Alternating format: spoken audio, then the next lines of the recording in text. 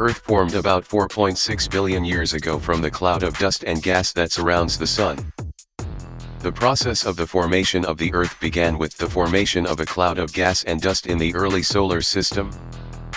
The lump continued to grow in size and weight, forming ever larger planetesimals. This process is called accretion. In the early stages of Earth's formation, the cloud of gas and dust surrounding the Sun began to crowd around a denser core of gas and dust and began to form planetesimals. These planetesimals are cosmic bodies with diameters ranging from a few kilometers to several hundred kilometers. They continue to grow and pull other small objects, such as asteroids and meteors, into their gravity. This accretion process lasted for about 100 million years, and eventually formed a larger and more stable planet that later became Earth. After its formation, Earth underwent complex and long phases in its evolution.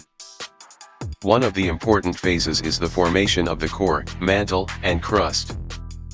Earth was originally a huge ball of hot magma that was constantly cooling and hardening. Over time, the object radiated heat outward and softened, forming a crust that was denser on the outside and a more fluid mantle on the inside. Earth's core formed in the early stages of planet formation, when the heaviest and densest materials, such as iron and nickel, attracted and gathered at the center of the planet. As a result, the Earth's core is composed of iron and nickel, has a radius of about 3,486 kilometers, and has a temperature of about 5,500 degrees Celsius. The Earth's mantle is formed from magma that is lighter and less dense than the Earth's core. This magma is formed from the melting of the Earth's crust and moves upward towards the surface through cracks in the crust.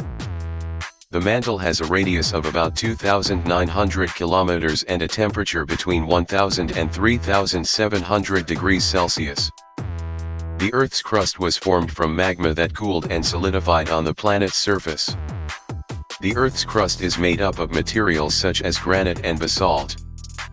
The Earth's crust is divided into two types, namely the oceanic crust and the continental crust. Oceanic crust forms under the sea and is thinner than continental crust, which forms on land. The thickness of the Earth's crust varies from 5 to 70 kilometers. During Earth's history, the planet underwent significant changes, including dinosaurs, ice ages, and continental drift. But even so, Earth remains an ideal place for human life and other living things. The next development on Earth was the emergence of life. Although it is not known exactly how life arose, several theories suggest that life could have originated from chemical processes that occurred in a suitable environment, such as an ocean or a pool of water. Then, the Earth also experiences climate change and different environmental conditions along with changes in its geological and astronomical conditions. Changes in climate and environmental conditions can affect the evolution of life on Earth.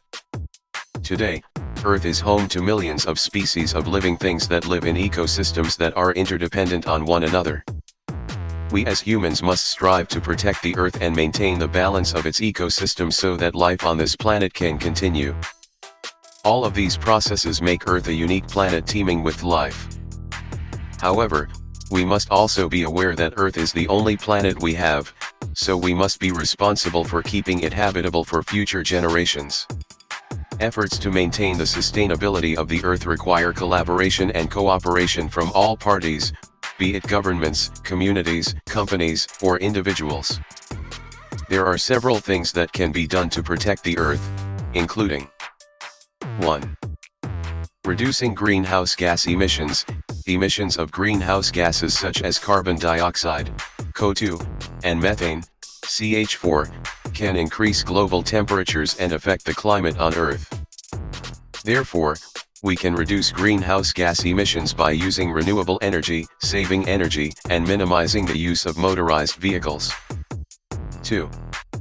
Reduce the use of plastic. Plastic waste is one big environmental problem. We can reduce our use of plastic by using alternatives such as cloth shopping bags or reusable drinking bottles. 3. Maintaining biodiversity. Biodiversity on Earth is one of nature's most invaluable assets.